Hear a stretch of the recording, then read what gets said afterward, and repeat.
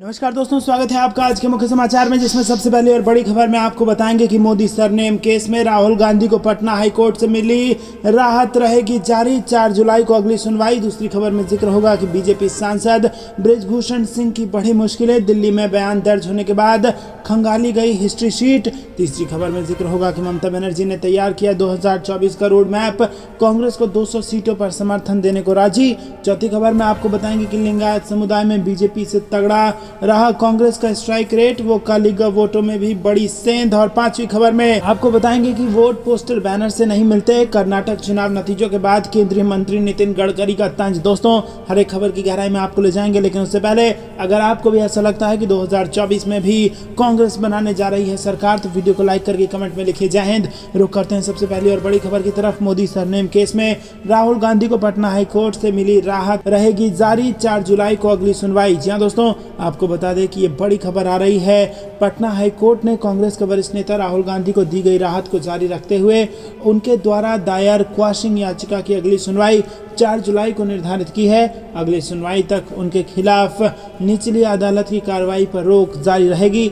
वहीं दोस्तों, न्यायाधीश संदीप कुमार की एकल पीठ ने सोमवार को राहुल गांधी के क्वाशिंग याचिका पर सुनवाई की है और मोदी सरनेम को लेकर दिए विवादित बयान पर पटना स्थित PML-MP कोर्ट ने उन्हें 25 अप्रैल को अदालत में उपस्थित होने का निर्देश दिया था। रुक करते हैं अगली ब्रेकिंग न्यूज की तरफ। बीजेपी सांसद बृजभूषण सिंह की बड़ी मुश्किलें, दिल्ली में बयान दर्ज होने के बाद खंगाली गई हिस्ट्री शीट। जी हां दोस्तों, महिला पहलवानों के यौन उत्पीड़न के आरोपों से घिरे कैसरगंज से बीजेपी सांसद के खिलाफ हो रही जांच की रफ्तार और तेज हो गई है। दिल्ली पुलिस ने पूरे मामले की जांच के लिए एक महिला पुलिस अधिकारी की निगरानी में 10 सदस्यीय SIT का गठन किया है और दिल्ली में बृजभूषण सिंह ने SIT के सामने बयान दर्ज कराए और आरोपों से इनकार किया और इस रिपोर्ट का पूरा ब्यौरा प्रदेश शासन ने भी तलब किया है। वहीं ऊपर से सांसद बृजभूषण की हिस्ट्री शीट मांगे जाने पर गोंडा के नवाबगंज थाने पर पूरे दिन मंथन हुआ।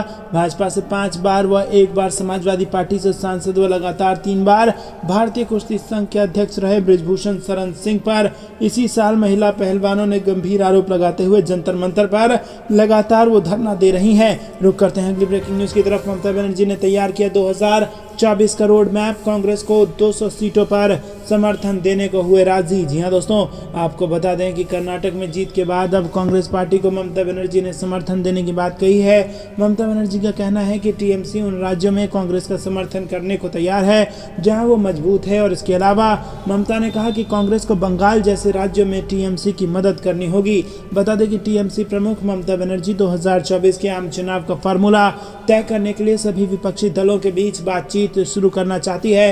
राज्य सचिवालय नवन्ना में एक प्रेस कॉन्फ्रेंस को संबोधित करते हुए उन्होंने कहा कि मैं कोई जादूगर नहीं हूं, ना ही ज्योतिषी हूं।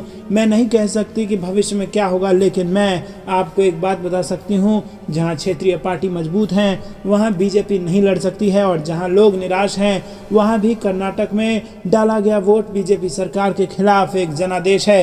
रुक करते हैं अगली ब्रेकिंग न्यूज की तरफ। लिंगायत समुदाय में बीजेपी से तगड़ा रहा कांग्रेस का स्ट्राइक रेट, वो कालीगा वोटों में भी बड़ी सेंध। जी हां दोस्तों, कर्नाटक में कांग्रेस ने भाजपा को पछाड़कर बहुमत हासिल कर लिया है और यहां पर कई फैक्टर्स ने कांग्रेस के पक्ष में काम किया, लेकिन सबसे अहम रहा लिंगायत और वो कालीगा उम्मीदवारों का विजयी प्रदर्शन और इस मामले में उसने भाजपा और जनता दल सेक्युलर से बेहतर परिणाम दिया है। कर्नाटक के तीनों प्रमुख दलों के विजेता उम्मीदवारों की जीत का विश्लेषण करने के बाद सामने आए आंकड़े यही चीज दिखाते हैं। बता दें कि दक्षिण का द्वार कहे जाने वाले इस प्रदेश में 10 मई को वोटिंग हुई थी और इसके बाद 13 मई को चुनाव परिणाम जारी हुए थे और इसमें 135 सीटें जीतकर कांग्रेस ने बहुमत हासिल किया था। वहीं भाजपा ने यहां पर 65 और JDS ने 19 सीटों पर जीत हासिल की है। कांग्रेस ने कर्नाटक में 51 लिंगायत उम्मीदवारों को उतारा था, जिसमें से 38 को जीत मिली। वहीं भाजपा के 68 लिंगायत उम्मीदवारों में से महज 18 ही जीत हासिल कर सके, जबकि माना जाता है कि लिंगायत समुदाय भाजपा का कोर वोट बेस है। JDS ने कुल 44 लिंगायत उम्मीदवारों को मौका दिया दिया था, जिसमें से 2 को ही जीत मिली। रुक करते हैं अगली ब्रेकिंग न्यूज़ की तरफ। वोट पोस्टर बैनर से नहीं मिलते, कर्नाटक चुनाव नतीजों के बाद केंद्रीय मंत्री गडकरी का तंज। जी हाँ दोस्तों, केंद्रीय मंत्री और भाजपा के वरिष्ठ नेता नितिन गडकरी ने सोमवार को कहा कि वोट पोस्टर बैनर से नहीं मिलते, बल्कि सेवा की राजनीति के आधार पर जनता के वोट हासिल किए जाते हैं। राजस्थान के सीकर जिले के खचरियावास गांव में पूर्व उपराष्ट्रपति भैरव सिंह शेखावत की पुण्यतिथि पर आयोजित कार्यक्रम को संबोधित करते हुए गडकरी ने ये बात कही। दोस्तों, आपको बता दें कि गडकरी ने कहा कि उन्होंने पिछला चुनाव बहुत कठिन निर्वाचन क्षेत्र नागपुर से लड़ा था। तब लोगों ने उन्हें वहां से चुनाव नहीं लड़ने की सलाह दी थी, लेकिन वो दृढ़ संकल्प के साथ आगे बढ़े और जीत हासिल की। उन्होंने कहा कि अब मैंने फैसला किया है कि अगले चुनाव में मैं कोई पोस्टर बैनर नहीं लगाऊंगा, मैं किसी को चाय भी नहीं पिलाऊंगा या कुछ भी इस तरह का काम नहीं करूंगा। जो लोग मुझे वोट देना चाहते हैं वो ऐसा करेंगे और जो नहीं देना चाहते वो नहीं करेंगे। केंद्रीय मंत्री ने विश्वास जताया कि वो पिछली बार की तुलना में और बड़े अंतर से चुनाव जीतेंगे और उन्होंने कहा कि पिछली बार वो 3.5 लाख वोटों के अंतर से जीते थे। रुक करते हैं अगली ब्रेकिंग न्यूज़ की तरफ। अशोक गहलोत की 5 योजनाओं ने बदल दिया राजस्थान चुनाव का पूरा खेल। जी हाँ दोस्तों, राजस्थान का सियासी समर अब समाप्त पर है और कर्नाटक के चुनावी मैदान में बड़ी विक्ट्री हासिल करने के बाद अब कांग्रेस की निगाहें राजस्थान पर हैं, जहां मुख्यमंत्री अशोक गहलोत की योजनाएं गेम चेंजर साबित हो सकती हैं, क्योंकि कर्नाटक और हिमाचल में राजस्थान को एक मॉडल स्टेट के रूप में पेश किया गया और लिहाजा ऐसे में राजस्थान की अशोक गहलोत की योजनाओं का देश भर में बोलबाला है। दोस्तों, आपको बता दें कि ओल्ड पेंशन स्कीम हो या फिर यहाँ पर राजस्थान के गरीब परिवारों को 500 रुपये में सिलेंडर देने की घोषणा हो या फिर राजस्थान की अशोक गहलोत सरकार जो 25 लाख तक का मुफ्त इलाज देने वाली दुनिया की पहली सरकार बन गई है, ये बड़ा बयान दिया है अशोक गहलोत ने। 100 यूनिट बिजली फ्री का भी यहाँ पर जो ऐलान किया गया है कांग्रेस पार्टी द्वारा, ये कुछ ऐसे ऐलान हैं जिसने भाजपा की नींद उड़ा के रख दी है, बोलती बंद कर दी है भाजपा की, और ऐसी योजनाओं ने बदल दिया है पूरे राजस्थान चुनाव में।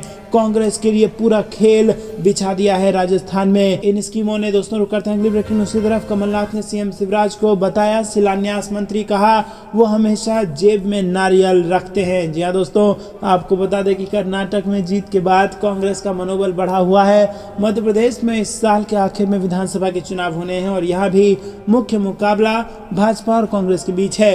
कांग्रेस जबरदस्त तरीके से सत्तारूढ़ भाजपा पर हमलावर है और इन सब के बीच मध्य प्रदेश कांग्रेस अध्यक्ष कमलनाथ ने सीएम शिवराज सिंह चौहान पर निशाना साधा और उन्होंने शिवराज सिंह चौहान पर निशाना साधते हुए साफ तौर पर कह दिया है कि वो सीएम होने के साथ साथ शिलान्यास मंत्री भी हैं और जेब में नारियल लेकर घूमते हैं। मध्य प्रदेश कांग्रेस प्रमुख कमलनाथ ने आगामी विधानसभा चुनाव के लिए पार्टी के घोषणा पत्र में बजरंग दल के प्रतिबंध का उल्लेख करने पर कहा कि एससी ने जो कहा है हम उसका पालन करेंगे और वो उन व्यक्तियों और संगठनों के खिलाफ कड़ी कार्रवाई करेंगे जो नफरत की राजनीति में लिप्त हैं। दोस्तों, ये थी दिन भर की सारी जरूरी और बड़ी खबरें। तक बने रहने के लिए बहुत बहुत धन्यवाद। जय हिंद, जय भारत।